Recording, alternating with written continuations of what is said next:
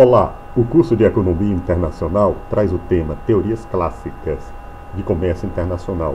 Vamos abordar aqui hoje os mercantilistas. Perfeito? No início o comércio era feito de uma forma bastante simples. Houve o escambo, a troca de mercadoria por mercadoria, ali no próprio local. Depois esse próprio escambo foi se expandindo, onde as trocas eram feitas por pessoas residentes em locais um pouco mais distantes, né?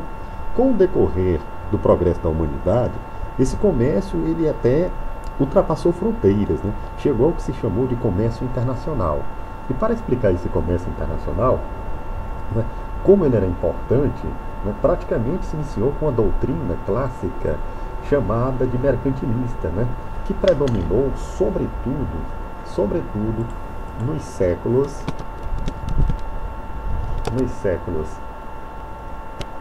XVI e XVII, perfeito? Ali na Europa, sobretudo. Bem, para essa corrente de pensamento, né, o acúmulo de divisas, né, de metais preciosos pelos estados nacionais é uma prática de proteção de comércio exterior, né, em que são protegidas as exportações do país, né, como forma de se obter mais divisas, o que apenas seria viável com uma política protecionista do Estado. Evidentemente, em protegendo as importações, claro que muitos queriam também evitar que importações entrassem no país, não é? Bem, essa teoria dos mercantilistas tem como justificativa que o comércio internacional deve ser feito pela necessidade de obtenção de excedentes na balança comercial, ou seja, a diferença entre as exportações e importações em termos monetários, né? Mas nesse caso predominavam as divisas que ficavam acumuladas como resultado desse líquido entre exportações e importações. Então, um objetivo fundamental era obter reservas de metal, uma vez que todo o comércio se dava por meio de uma intermediação de metal, né? Sobretudo a prata e o ouro, que tinha maior valor, né? Esses metais eram, então, unidades de medida, né? Então a riqueza de nação era medida, era mensurada, era estimada pela quantidade de metais acumulados, né, em seus cofres. Os mercantilistas eram defensores de que o acúmulo de metais proporcionava saldo positivo à balança comercial. Para tanto, todos os estados deveriam promover políticas ditas públicas, né, naquela época, né, de comércio protecionista, né? Proteger seu comércio. As principais características da escola mercantilista são: as nações seriam mais ricas quanto maiores fossem os metais acumulados, né?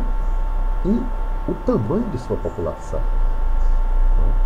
A visão da riqueza para os mercantilistas e também do poder de uma nação, de um país, era medida pelo acúmulo, portanto, de metais preciosos. O Estado deveria prover o bem-estar de toda a população e estimular simultaneamente o comércio, a indústria, favorecendo sobretudo suas exportações para outros países. O crescimento do estoque de metais, ou seja, dos meios de pagamento de um país, dependia da produção de suas minas nacionais e, sobretudo, o superávit na sua balança comercial, caso ele não tivesse minas, ou então se ele tivesse uma política de exportação muito forte que conseguisse carrear divisas para a sua nação, né?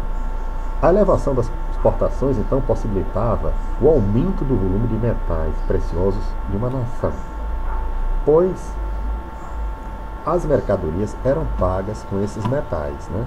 Era exigência, uma vez que o dinheiro não era difundido nessa época, né? O dinheiro de papel, como conhecemos hoje.